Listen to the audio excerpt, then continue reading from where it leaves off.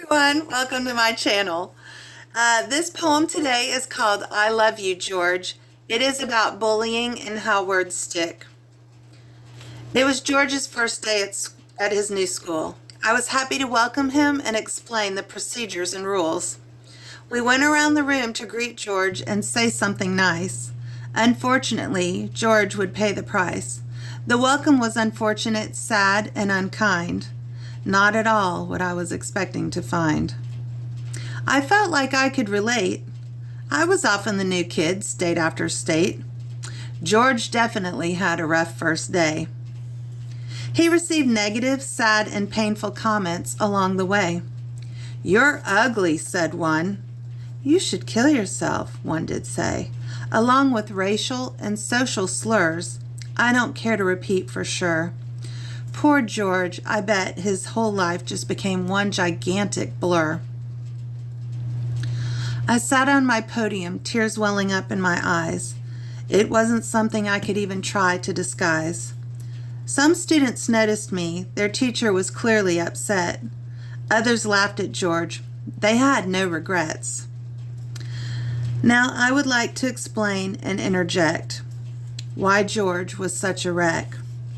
George was a cutout piece of paper for that day, to teach students about the words at play. This was a lesson on bullying and how words stick. It didn't matter, their words were quick. Let me continue to explain in regard to all the disdain.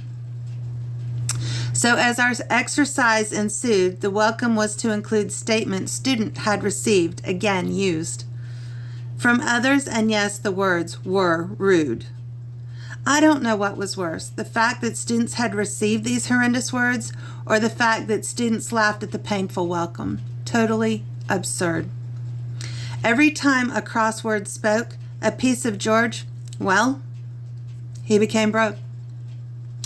By the time he returned to the front of the class, George was crumbled, no turning back. Words hurt, words stick. They can make you feel broken, even if just joking followed what was spoken. Even though George may shrug it off, he'll never be the same again. He'll never feel as though he belongs. Finally, each student had to kindly welcome George, speaking only kind words of welcome to purge. Next time you speak, think first. Words stick, words hurt. Don't inflict trauma, and definitely don't blurt.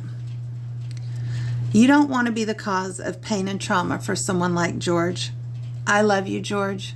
You matter. You are beautiful. You are worthy. You are important. We are glad you're in this world with us. Be kind. Take care, everybody. Spread love. Bye.